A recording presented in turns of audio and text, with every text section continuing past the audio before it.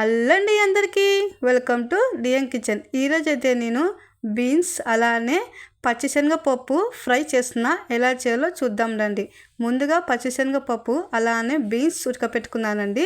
ఇప్పుడు వచ్చేసి మనము దాన్ని తాలింపు అయితే చేసుకుందాము. ముందుగా ఆయిల్ వేసుకుందామండి. ఆయిల్ బాగా విటెక్కాక ఇందులోకి తిరువాత గింజలు అనేటివి వేసేసుకుందాము. ఈ ఫ్రై చాలా అంటే చాలా బాగుంటుందండి. మీరు ఖచ్చితంగా ట్రై చేయండి. శనగబ్యాలు వేసి చాలా బాగుంటుంది. ఇప్పుడు తిరువాత గింజలు చిట్పట్ అన్నాక ఇలా ఉల్లిపాయలు అయితే వేసుకుందామండి. ఉల్లిపాయలు బాగా దూరగా వేయించుకోవాలి మనకు. అప్పుడే చాలా బాగుంటుంది కర్రీ వచ్చేసి. ఖచ్చితంగా ఉల్లిపాయలు కొంచెం ఎక్కువనే వేసుకోండి. ఇది ఫ్రై కదా, మనకు తింటప్పుడు చాలా బాగుంటుందండి. ఉల్లిపాయలు కొంచెం గోల్డెన్ కలర్ వచ్చినాక ఇందులోకి 4 పచ్చిమిర్చి వేసుకోండి, బాగుంటుంది. అలానే కొంచెం కరివేపాకు. ఇప్పుడు దీన్ని మొత్తం అయితే కలుపుకుందామండి. ఇందులోకి మనము ఆల్రెడీ కట్ చేసి పెట్టుకున్న మీడియం టమాటో కూడా వేసేసుకుందాము. ఇలా మొత్తం అయితే కలుపుకోవాలి మనం. ఇప్పుడైతే ఇంకా ఈ టమోటా, ఉల్లిపాయ, పచ్చిమిర్చి, కరివేపాకు బాగా మెత్తగా మొగ్గాలండి, బాగుంటుంది అప్పుడే మన కర్రీ. ఇందులోకి మనము తగినంత ఉప్పు, కారం, పసుపు అన్నీ అయితే వేసేసుకుందాం మనం ఇప్పుడైతే ఇంకా ఒక తర్వాత ఒకటి. ఇందులో కాంబినేషన్గా అయితే నేను చపాతీ చేశానండి. చపాతీ బీన్స్ ఫ్రై చాలా అంటే చాలా బాగుంటుందండి. చాలా వరకు బీన్స్ ఫ్రై మామూలుగా చేసింటారు, కానీ ఖచ్చితంగా మీరు ఒకసారి ఇలా పచ్చిశనగపప్పు వేసుకొని చేసుకోండి. చాలా అంటే చాలా బాగుంటుంది. అసలు మా ఇంట్లో వాళ్ళు అయితే నువ్వు ఏం కర్రీ చేస్తున్నావు, అంత మంచి వాసన వస్తుంది అంటున్నారు. మామూలుగా అయితే బీన్స్ అంత మంచిగా ఉంటుందండి. మీరు ఖచ్చితంగా నేను చేసిన విధంగా ట్రై చేయండి, అంత బాగుంటుంది కర్రీ వచ్చేసి. చూడండి, ఉప్పు, కారం, పసుపు బాగా మొగ్గాక అల్లం వెల్లుల్లి పేస్ట్ కూడా ఇందులోకి వేసేసుకున్నాం కదా. ఆ అల్లం వెల్లుల్లి పేస్ట్ బాగా మొగ్గించుకోవాలి మనకు, అప్పుడే బాగుంటుంది. పచ్చివాసన అనేది పోవాలా అల్లం వెల్లుల్లి పేస్ట్కి వచ్చేసి. సింపుల్గా ఉంటుందండి కర్రీ అయితే. చూడండి, ఇప్పుడైతే నేను ఆల్రెడీ ఉడకపెట్టుకున్న అలానే పచ్చిశనగపప్పు, బీన్స్ అయితే ఇందులోకి అయితే వేసేసుకున్నానండి. బాగా మొగ్గించుకోవాలండి ఈ బీన్స్, పచ్చిశనగపప్పు. ఉప్పు, కారం, పసుపులో మనకి ఎంత మొగ్గించుకుంటే అంత బాగుంటుంది మనకి కర్రీ అయితే.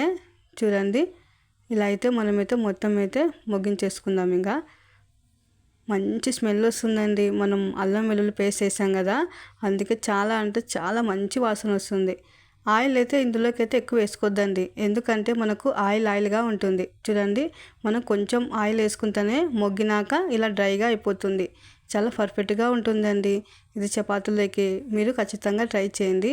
ఒక 2-3 మినిట్స్లో మనకు బీన్స్ అలానే పచ్చిశనగపప్పు ఫ్రై తయారైపోతుంది మనకైతే.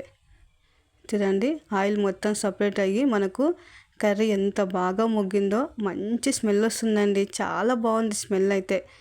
బీన్స్ చాలా మంచిదండి హెల్త్కి. మీరు ఖచ్చితంగా తినని వాళ్ళు ఉంటే కూడా ఖచ్చితంగా తినండి, చాలా బాగుంటుంది ఈ కర్రీ వచ్చేసి. ఒక 2 మినిట్స్ మనం ఇలా మూత పెట్టేసుకుంటే మనకు కర్రీ దగ్గర పడిపోతుంది. చూడండి, ఇందులో కొంచెం మనం ఇప్పుడైతే కొంచెం గరం మసాలా అనేది వేసేసుకోవాలి. ఇంకా గరం మసాలా ఫైనల్గా కొత్తిమీరతో వేసేసుకుంటే మనకు తయారైపోతుంది. ఇంకా చూడండి, శనగపప్పు కూడా మరి మెత్తగా ఉడికించుకోవద్దండి. మనకు తింటప్పుడు అంత అనిపించదు మెత్తగా ఉంటే, కాబట్టి కొంచెం మామూలుగా ఉడికించుకుంటేనే మనకు బాగుంటుంది పచ్చిశనగపప్పు కూడా బీన్స్లో. చూడండి, నేనైతే ఇప్పుడైతే గరం మసాలా కూడా కొంచెం అయితే వేసేసాను. ఇంకా ఇలా మొత్తం కలుపుకొని ఒక 2 మినిట్స్ మనం మూత అనేది పెట్టేసుకోవాలా. అప్పుడే మనకు గరం మసాలా అనేది బీన్స్కి బాగా పట్టుకుంటుంది. చూడండి, ఎంత బాగా వచ్చిందో ఫ్రై మనకు. చాలా బాగుంటుందండి కర్రీ అయితే.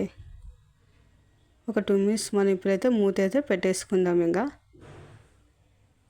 ఫైనల్గా మనమైతే కొత్తిమీర వేసేసుకుంటే మనకు ఎంతో రుచికరమైన బీన్స్ అలానే పచ్చిశనగపప్పు కర్రీ తయారైపోతుంది. మా వీడియో నచ్చిందా ఫ్రెండ్స్? మా వీడియో నచ్చినట్లయితే లైక్ చేయండి, షేర్ చేయండి, కామెంట్ చేయండి, సబ్స్క్రైబ్ చేసుకోండి ఫ్రెండ్స్.